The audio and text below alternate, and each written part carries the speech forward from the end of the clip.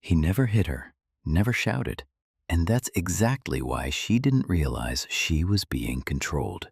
Until 5 years were gone, and by then, she was apologizing for things she hadn't done.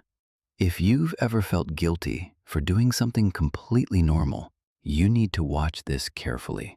By the end of this, you'll understand how someone can control you without ever telling you what to do. This is how it happens, step by step, so quietly that even now she's not sure it was abuse. She still thinks it might have been her fault. And the scariest thing, most people in this situation would tell you they're happy. Sophie was 31, a physiotherapist, the person friends called when things fell apart. She wasn't looking for anyone, which is usually when people like Daniel appear. Soft-spoken, thoughtful. He asked her opinion on everything. When they disagreed, he didn't argue. He went quiet and looked hurt. And Sophie, being who she was, reached across and fixed it. Every single time. The scariest part? Nothing he did looked wrong. It didn't feel wrong. Not at 3 months, not at 6, not even at a year. 3 months in, Sophie mentioned she was going to a friend's birthday. Daniel said nothing wrong. He just looked at her and said, very quietly, "That's fine. I just thought we'd have the evening together. But it's okay." He smiled, said he understood. Sophie went. She checked her phone 11 times, left early, apologized when she got home. He never asked her to apologize. He never had to. Now, be honest. Have you ever canceled plans, not because someone told you to, but because of the way they said, "It's fine"? That's not sensitivity. That's a trigger, and it was pulled on purpose. 6 months in, Daniel started having bad days. He'd sit on the edge of the bed and say, "I don't know if I'm good enough for you." Sophie dropped everything, canceled plans, reassured him for hours. You don't notice when it starts. You notice when you can't stop. And this is where most people lose themselves. A year in. She spent a weekend with her sister. When she came back, Daniel told her he'd sat alone in the apartment and couldn't stop thinking about whether she still wanted to be with him. Her sister called it manipulation. Sophie called her sister jealous. Stopped telling her things, then stopped calling. And here's what no one talks about. She didn't feel controlled. She felt needed by someone fragile, someone who trusted only her. And that feeling of being the only one who understands is the most effective cage ever built, because you lock yourself in, and leaving doesn't feel like escaping. It feels like you're the one doing something wrong. He never raised his voice. That's why it works. Stop. Have you ever rewritten a message 3 times just to make sure it wouldn't upset someone? Not because they asked you to be careful, because you've learned what happens when you're not. That's not care, that's conditioning. 2 years in, Sophie was explaining what she ate, who she texted, why she laughed at something on her phone. She couldn't remember when it started. That's the point. Most people don't notice this part. Every time she raised a concern, his silence, his withdrawal, his mood, Daniel said one of 2 things. "I'm just sensitive. I'm sorry I'm not stronger." Or, "Maybe you're right. Maybe I'm just not good enough for you."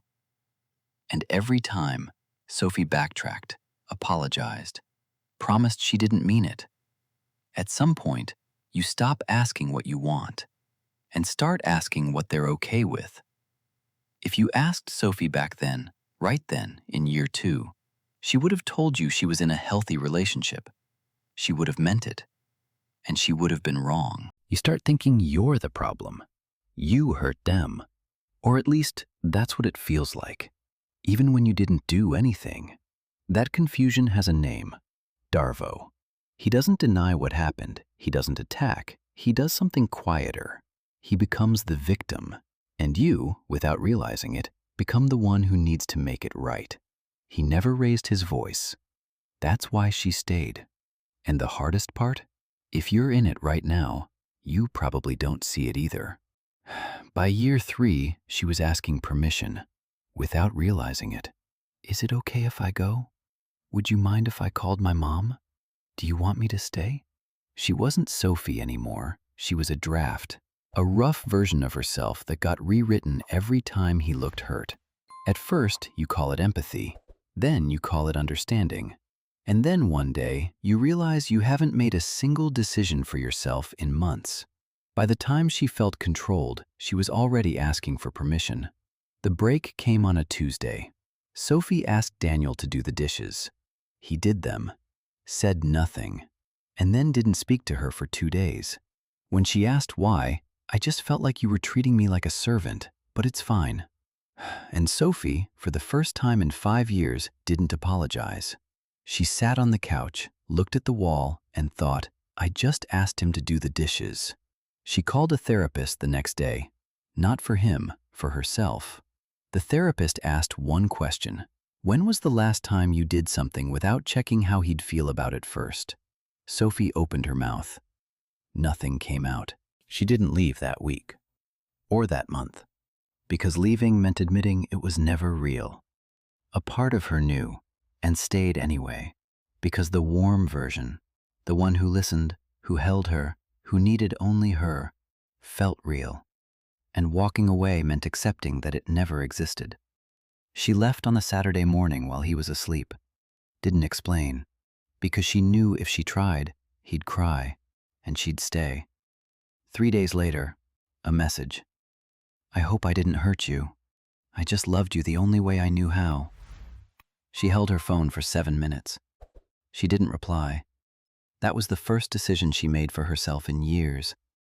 He never raised his voice. That's why no one believed her. The most dangerous relationships don't look dangerous. They look safe. They feel safe. And by the time you realize they're not, you've already learned to doubt yourself. That's the part that stays, long after they're gone. And even after they're gone, you still hear it. That voice asking, are you sure this is okay? And it doesn't sound like them anymore. It sounds like you. If someone came to your mind while watching this, there's a reason for that. He never raised his voice. That's why she still wonders. Sophie's story ended, but this same pattern, the quiet reversal, the performed fragility, doesn't only work in romantic relationships. It works in families, between parents and children. And when the person doing it raised you, the exit is much, much harder.